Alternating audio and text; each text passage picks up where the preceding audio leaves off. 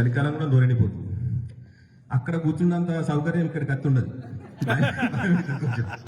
ఎన్నిసార్లు స్టేజ్ ఎక్కినా కూడా ఆడ కూర్చున్నంత సౌలభ్యం స్టేజ్ ఎక్కినాక ఉండదు. Okay right. మరి ఇక్కడ ఏం జరిగింది? ఇక ఆయన వరంగల్ శంకర్ వచ్చిండు. వరంగల్ శంకర్ వచ్చి ఇక తను పాడుతున్నాడు. ఆయన ఎప్పుడు ఎర్రజెండా పాటలు పాడాను. ఆయన పాపం ఇది ప్రేమ పాట అని కూడా తెలుస్తుంది. కలిసే పడపడ పళ్ళు కొరికిండి. ఇక నీ కళ్ళల్లో కలిసే నీ కళ్ళలో కురిసే పూలవాన ముసపోతుంది.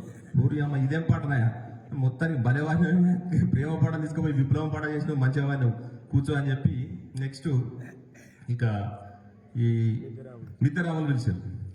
కాదు మాడ అంటే మనకు తెలుసు కదా, ఆయన ఆడ మాగగా అన్నటువంటి మాడాన్ని పిలిస్తే ఆయన వచ్చాడు. ఆయన వచ్చి స్టేజ్ ఎక్కి అయ్యి బాబోయ్ ఇంతమంది ఉన్నారేంటి, నాకు సిగ్గేస్తుంది బాబు.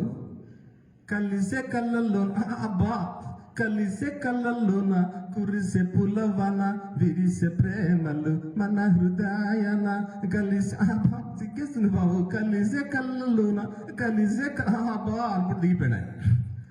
నువ్వు కూడా మంచిగా వాడినావా, కూర్చోపో అని చెప్పి నెక్స్ట్ లాస్ట్కు మిద్దరాములు పిలిచారు. మిద్దరాములు వేములవాడ పక్కన హనుమాజీపేట గ్రామ వాస్తవ్యుడు. ఆయన ఒగ్గు కథలను అంతర్జాతీయ స్థాయికి తీసుకుపోయిన వ్యక్తి. ఆయన ఎట్లా పోయాడు?